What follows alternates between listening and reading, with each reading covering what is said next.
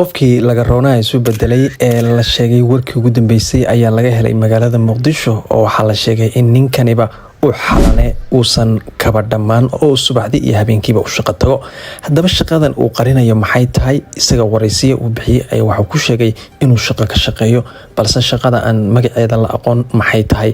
haddaba waxay socotaba dhammaan bulshada Soomaaliyeed gaar ahaan dhalinyarada markaas social media isticmaasha ayaa tooshka ku ifiyay oo waxa uu cadaatay inuu ninkani yahay kooxaha markaas laga roonayaasha. haddaba muuqaal uu markaas leeyahay macallinkii wareysanaya ayaa waxa uu yiri yani su'aal shan oo kale ahayd ma guurstay mise waa wili tahay daaminaysinka wiilatahay daaminaysinka yaa ama single ahay aradtinka 10 sano soo socotay guursado. sidaas la mid ah waxaa jiray dhalinyaro Soomaaliyeed oo iyaga qudhoodu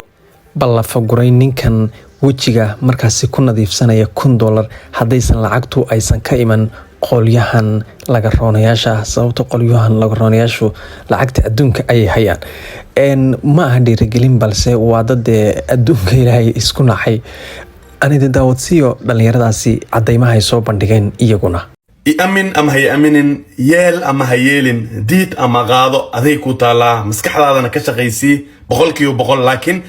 hay waxa lagu qabaa xalane nin $1 wajiga ku kharash gareenay $1 laba shaqo ka shaqeeya laba shaqo ma sameyn kari xataa noloshiisa ka xun tahay iyo khararacdaas dhan aan hayla imaanin. wuxuuna ku dhahay gabar walbo Soomaaliyeed waa walaashay adiga caag ma tahay caag say wax lagu fahansiina asaafkiisa kugu dhahaba gabar walbo oo Soomaaliba sheegata waa walaashay maxaa yeelay ceebteeday banaanka keenay ma qosleysoba idaacada soo fariisanay toos asiga dabaalmi asiga aqligiisa uu qaba gabar walbo oo Soomaaliyeed walaashay waa lagu dhahay waa fahmi weysmaano weli waa soo taagantahay caag taaganaata laakiin 100% ha ka shakinin ha ka labaynin gees ha taa fiirinin xalane waa fahantay war reposta ta wax kale ma dhaho ninkan like wax kale ma saaraba gabdhahan waaba ka helaanba insaan camal waa jeceliin laano hortiisa isku qaabinayaan waxba ma dhahay waa dhagoolka nool yani si waa nool yahay laakiin dhagool hortiisa dil isku qaabiyo dhar lagu badashto dhig jalaq muusina BBC ta ma dhageysana waana wareersan laakiin amin meesha aalu qaba mishigshigooya warkii fasiix ma ahano ninkii hay Ashraf oo maanta la soo afjaray baaritaan la sameeyay waxa la ogaaday ninka inuu yahay qoomuluud cadeymiin waa kan halkaan soo dhigaya page-kiisa galaysaan qaybta repostiga taabanaysaan 3 video ugu dambeeyay midka geeska xigo waxa saaran calaamada qaniiska inta kadib hadaa hoos u soo socotidna waxa arkaysaa halkaan oo idin soo saara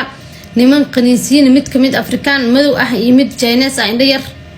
oo isaga repost dhahay waqti labaad dharku uu qabo inay haday noqoto maxaa la yiraahdaa make up ku marsanaayo iyo ishabka u libsanaa inay dhankii dumarka tahay shaarkaas uu xiran yahay kala cadeyna la keena waa qayb kuwii gabdhaha xiranayeen oo kiyaalo kala xiran yahay kala oo kiyaalo special dumarka loogu talagalo rag inay qaataan loogu talagalin sidoo isku jiljilicinayo waa artay sidoo wax yar isu jibinayo waxa soo dhan markii la aruuriyo waxa soo baxday ninkan hi guys $1 aan ku shopping gareysta iyo 500 maanta iga baxday iyo wajigan soo dhaqday iyo lacagta igu baxdo dhanta wajiga ku baxda ka badan iyo qabayskan wax walba la iska soo hormarina inay wax caadi ahayn. xariifkan ani waa ka shaki saaxib ani waa ka shaki aad uga shaki ma fahmaysaa mana rabo afkayga inaan kala furo oo waxyaabo aan dhaho saan aan dhaho ma rabo balse aad iyo aad uga shaki like waxaa sameeysan bal aniga waxaa sameeyay research aan sameeyay ama baaris ama investigation aan sameeyay wax badanna waa soo arkay kulay qof kastaba ishiisa uu macallin ah soo waxaa sameeyeen qof walba page-kiisa bal ha tago ka bacdi ha soo fiiriyo fiidiyoosha oo repost dhahay fahmaysaa fiidiyoosha oo repost gareey repost dadka aqoonin waxa waaye meeshaan aad taabanaysaa meesha markaa taabadid calaamadan yelowga ah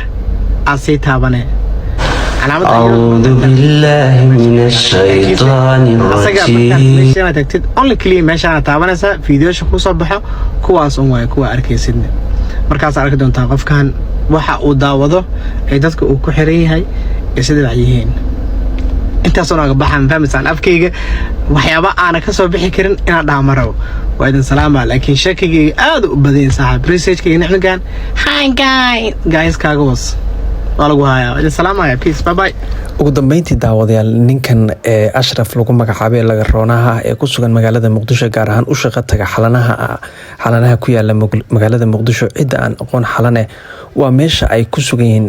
ciidamada ugu faraha yani aan idhaahdee madaxda ugu faraha badan ee ka timaada caalamka UN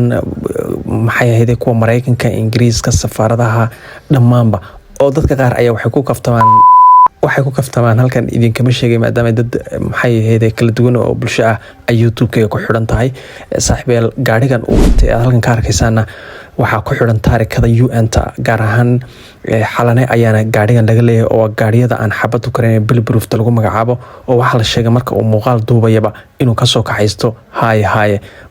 waxaanaad arki doontaan maalin dhow ama maalin aan fogeyn ninkii Ashraf oo lahaa odhan jiray haay Ashraf weeye oo maalin dhow laga wacayo meelaha caalamka isagoo lulaya calanka qoomoluudinta.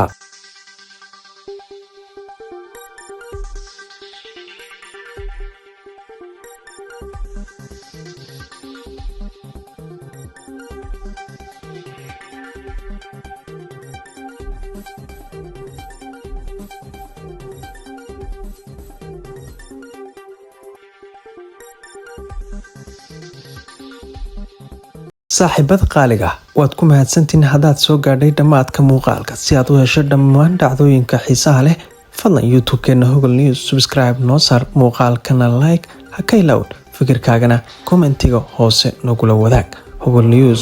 baahiyaha bulshada